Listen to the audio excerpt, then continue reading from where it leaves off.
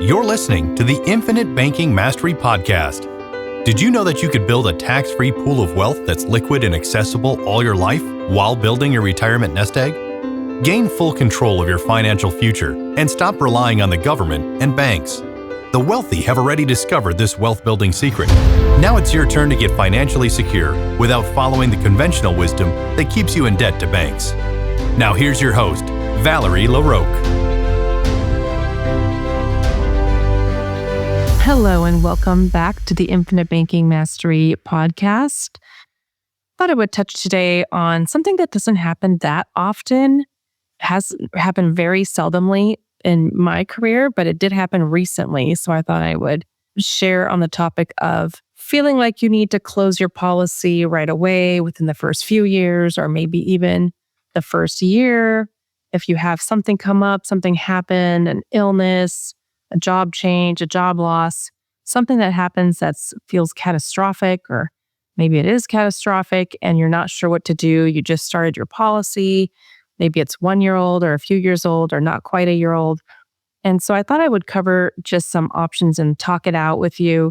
So, it doesn't have to mean complete destruction of your policy. There are things that you can do. As much as we desire and hope for a life without any hiccups and expect to be able to fully fund our new whole life policy, sometimes life throws us an obstacle. Of course, things happen, life happens. You just have to be able to work with it from there and do what you can. Maybe you were to have a job loss, or maybe your spouse loses a job, or there's a disability, or even a death that you weren't prepared for. Maybe you simply got led astray by another advisor who told you you were nuts and you are supposed to be buying term and investing the difference. Well, there are certainly things that you can do to not lose the money you've already put into the contract. Because if you decide to terminate the account, you will have a loss if you terminate the account in the first year or in the first few years, usually up to 7 years, you easily will have some sort of loss. So here are some things that you could do if this was to happen. Maybe it will ease your mind going into this, and you're thinking, okay, there are some things that I could do if something catastrophic and unexpected were to happen. First of all, you have a 2-month grace period. So at least the companies that I work with have a 2-month grace period. So if you can't make your premium on the day it's due, you do have 2 months to fund that, whether you're funding an annual premium or a monthly premium or quarterly or semi-annual, you have 2 months to send that payment in. Another thing you are able to do is change your premium mode. So if you started off paying in annual mode and all of a sudden this large payment is coming closer, it's looming, or you're thinking about it because something catastrophic just happened, once your payment date gets here, you can change your premium mode. So you can switch to monthly and then pay for as many months as you need to or want to. And then maybe your situation changes and you can either continue on monthly, or you could switch back to annual and fund the rest of the year. You could drop your paid-up additions for a year or two and just fund the base premium and fund that premium again monthly, or in a different kind of premium mode if you were on annual and that would become too difficult. You do have the option of not paying that paid-up additions rider in year 2 if you simply can't, or you have the whole year to get that in anyway. So maybe the first year you funded everything at once, the base premium, the paid-up additions rider on an annual basis all at once. But year 2 comes along, or it's approaching, or even year 3 or whatever in those first few years, and you're thinking, oh no, I'm not going to be able to pay that large payment. Remember that your paid-up additions rider is flexible. It's not required to be paid on your anniversary.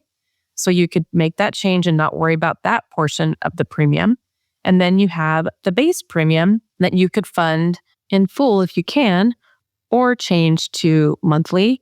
And either of those methods, you have an extra 2 months to fund that premium. A third option would be that you could take a loan against the policy for your premium payment. When I'm talking to clients, a lot of people aren't aware that they can take a loan against the policy to fund premium if they absolutely need to. Of course, it's always going to be better to fund that premium yourself directly each year and out of pocket. But if you can't, you can always lean on being able to borrow against the policy to pay the premium to help you get through a hard time. Or if you were to switch to monthly, let's just say you switch to monthly premiums because you don't want to borrow against the policy for a full annual premium. You could switch to monthly and then you could borrow against the premium for however many months you need to get through that hard time. And then when you're back on your feet, you can replenish that money. You can replenish it on a monthly basis. You can pay it all the way back. You can do whatever you need to do to get that replenished on your terms and in your timing. Maybe you happen to have another policy that has available cash value that you are able to borrow against to help you get through this short-lived bump in the road. You have another policy you can borrow against to help pay for the policy's upcoming premium that you're worried about. Even you can have the company will move funds from one policy to the next and pay that premium directly so you don't even have to worry about receiving it and paying it. That's another option if you have more than one whole life contract with cash value available. If none of these options will work and you're really still stressing, we can also look into the possibility of simply lowering your premium altogether, just lowering everything. We can always look at that with the company and see what we can do. Of course, we're always trying to balance and keep from becoming a MEC or having your policy become a modified endowment contract, but that is another option. And finally, I think more like a last resort, but still better than completely terminating your contract, would be to pay up the policy.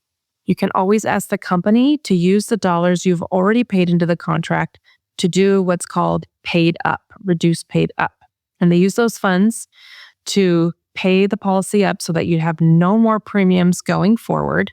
So it would stop all your premiums, and it also would drop your death benefit significantly. So whatever your death benefit is, it's going to drop significantly because it's going to be based on whatever dollars you have in the account. However, your death benefit will still be more than the cash value that you have in your account. So it's still going to be better off. Once you have that significant drop in death benefit, then the death benefit will continue growing from there and your cash value will just continue to grow. Now, if you were to reduce pay up like that and it was under 7 years, you're going to have a modified endowment contract, but it will become one of those, but it still will grow efficiently for what you've paid into it. It will grow efficiently. The death benefit will grow. The cash value will grow. You'll be able to access that cash value. Now it's going to be on a taxable basis, or at least the earnings will be on a taxable basis if your contract has become a modified endowment contract. But you still have access. You can still borrow against it. You can still do similar things that you could have done with your IBC style contract that was tax-free, but still everything will grow and it's not going to be a terrible thing. It will still end up being a useful asset. Now, of course, there's other things you could do, other ideas and options out there. Maybe you have money that's just sitting somewhere that you had earmarked for something else or hadn't planned to use for your policy, but it's possible that you could use it for your policy, fund the premium, and if you need to get the money back where it was, or if it really bothered you to have the money moved to your policy and you needed to have it back, or you wanted to have it back in the investment that you took it from or the place where it was sitting, you could easily run it through the policy and put the money back, depending on how long you've had your policy, if you're out of the startup cost time period.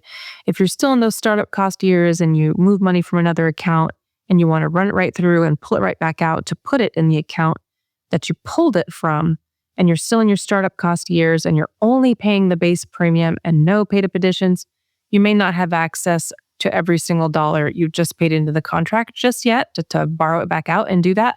But you still would be pretty close probably, or we could create a plan, something around that to get you through that difficult time. Another thing you could do, you could reduce outgoing payments to other debts to other banks and lower those payments that you have. If you haven't done that already, you could lower those payments. Maybe you have a minimum payment that you're required to pay and you're paying more than that. You could reduce that and use that extra money to help fund your policy through that time period. Or maybe you have a home equity line of credit that's there and you could borrow against that, borrow from your HELOC for a period of time just to get you through this hiccup and then pay the HELOC back. So there are lots of ways to keep you from completely losing the startup costs of your system, which is what would happen if you were to stop your policy in those beginning years. In those startup years, you would lose some money because you would not get access to all the dollars you just paid into the contract. Now, there's no surrender charges with a whole life policy, so you don't have to worry about that. But until you get past those startup years, you wouldn't get access dollar for dollar to everything you've paid in because, of course, you've been covering the cost of the death benefit. This is still a life insurance policy, and you're paying for that cost of the death benefit.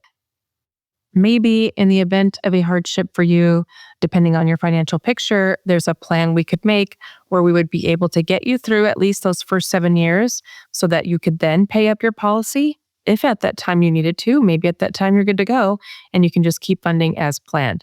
But if it turns out you still needed to stop funding your contract, stop paying premiums, we would be able, or we should be able to stop funding at year 7, and then your policy would continue to grow, both the death benefit and the cash value on a tax deferred basis, and you'd be able to access those dollars income tax free. Now, I just want to point out, whenever you reduce pay up or pay up a policy, the death benefit will drop at that time. So it would drop first if you were to stop paying, and then it would continue to grow from there. There's just all sorts of things we could do. And depending on how long you've had the policy, there are other ways to help out if you're having a hardship that I did not cover here. If you were to become disabled, as in unable to work due to an injury or illness, then there would be no problem if you had the Waiver of Premium rider on your policy, which I usually always recommend. Then you wouldn't have any problem because you would not have to pay that base premium during that time when you're unable to work. Once you were able to work, then you could start funding premium again, but you would not be required to while you were disabled. Well, enough talk about the bad things that could happen. If you're in a positive frame of mind, ready to get started and would like to work together, feel free to reach out to me. You can reach me at Valerie@alphaomegawealth.com. Take care and have a great week.